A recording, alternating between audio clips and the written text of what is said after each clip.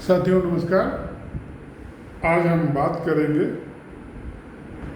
Corporate governance की बात करेंगे और कारपोरेट सोशल रिस्पांसिबिलिटी की बात करेंगे, जिसको बोलते हैं CSR, कारपोरेट सोशल रिस्पांसिबिलिटी। जिस सामाजिक, पर्यावरणीय, आर्थिक दायरे में लोक निगम, सरकारी कंपनी, होल्डिंग कंपनी, कारपोरेशंस ये संयुक्त वेंचर कार्य करते हैं, उसमें उसके प्रति एक दायित्व बनता है।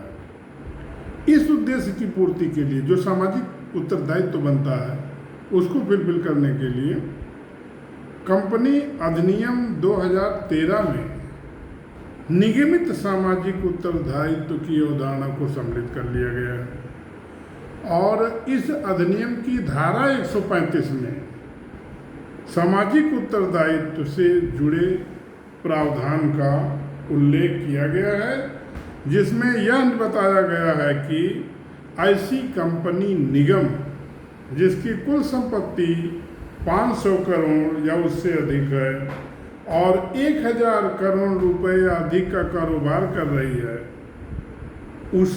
इस अधिनियम की अनुसूची 7 में सम्मिलित सामाजिक कल्याण की विभिन्न गतिविधियों के लिए 2% उसे खर्चा करना होगा। यानी टोटल CSR जो है 2% खर्चा करना होगा। कहाँ खर्चा करना होगा? जिस आर्थिक, सामाजिक, पर्यावरणीय परिवेश में सरकारी कंपनी, लोक निगम कार्य करती है।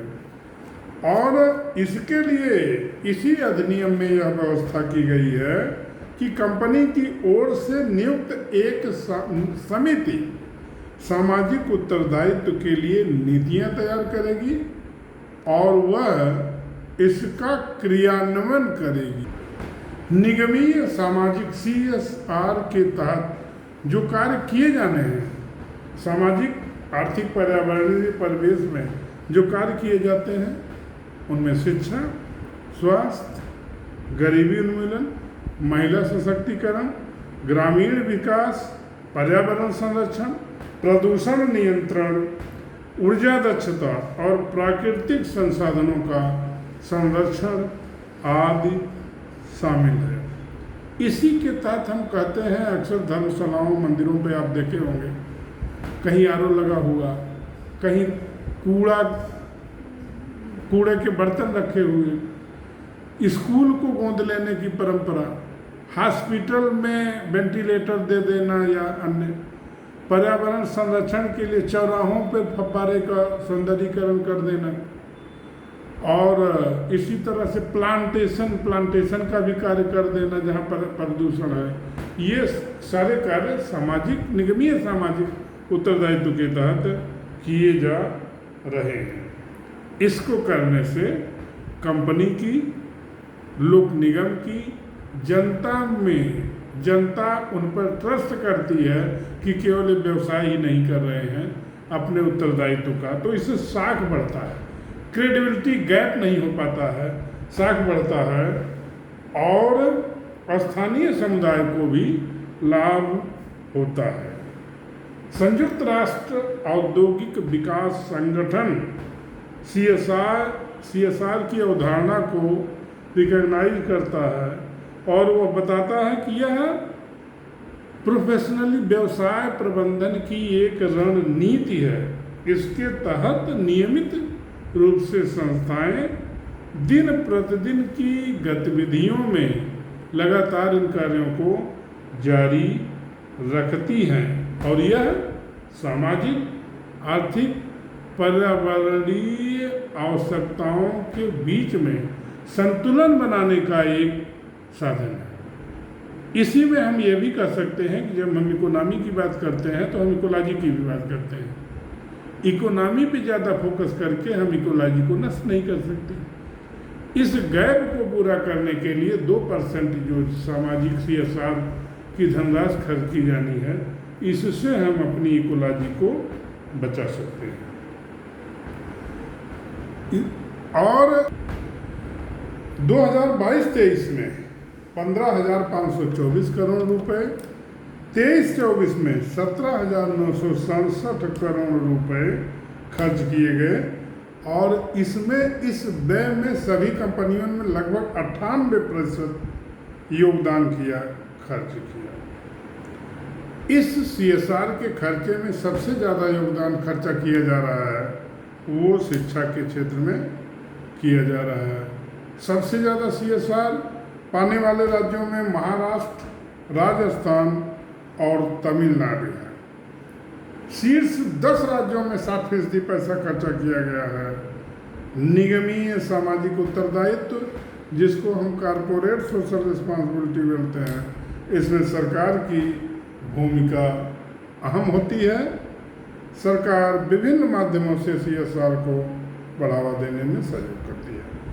ब्रिटेन में कॉरपोरेट सोशल रिस्पॉन्सिबिलिटी को लागू करने के लिए एक राज्य मंत्री की नियुक्ति की जाती है। ब्रिटेन में CSR को लागू करने के लिए एक नियामक ढांचा भी विकसित किया गया है और सार्वजनिक क्षेत्र के विश्वविद्यालय, अनुसंधान संस्थान, इनको भी CSR के पैसे से सहयोग किया जाता है, जिससे कि यह अपना योगदान अच्छी तरीके से खर्च करें। CSR में कुछ सुधार जो विभिन्न आलोचकों के द्वारा दिया जा रहा है वो ये है, पहला पॉइंट है कि यह अधिकतर विकसित राज्यों को विकसित राज्यों पे खर्च हो रहा है। दूसरा ये है कि CSR कंपनियां अपनी गतिविधियों की जानकारी पारदर्शिता के साथ नहीं दे रही हैं, लेकिन इसके लिए नियम बनाए गए हैं, आगे से वह सभी इसमें सहयोग कर रही हैं। इसमें स्थानीय समुदायों की भागीदारी की जरूरत है। CSR का पैसा जिस ग्रुप, जिस समूह, जिस विभाग, जिस ऑब्जेक्टिव को पूरा करने के लिए खर्च किया जा रहा है, वहाँ पर उनको जरूर शामिल किया जाना चाहिए। उदाहरण के लिए अगर पर्यावरणीय लाभों को मापने के लिए स्पष्ट और व्याख्यायित संकेतक विकसित किए जाएं, तो इससे यह पता चल जाएगा कि CSR का पैसा 100% सही खर्च हो रहा है। चुनौतियां हैं तो रास्ते हैं, और रास्ते हैं तो मंजिलें हैं। इसलिए CSR एक महत्वपूर्ण अवधारणा है। इन तमाम बाधाओं को पार करते हुए आज वह आर्थिक, पर्यावरणीय, सामाजिक, शैक्षिक पिछड़ेपन को दूर करना, संक्रामक बीमारियों को, इन सब में CSR के द्वारा अच्छा कार्य किया जा रहा है और सब मिला करके नीतियों और योजनाओं का निर्माण और क्रियान्वयन सबके सहयोग से किया जा रहा है। CSR कॉरपोरेट गवर्नेंस की एक अवधारणा है। इसको हम कह सकते हैं ये सुशासन का अग्रिम पॉइंट है, अग्रिम मानदंड बिंदु।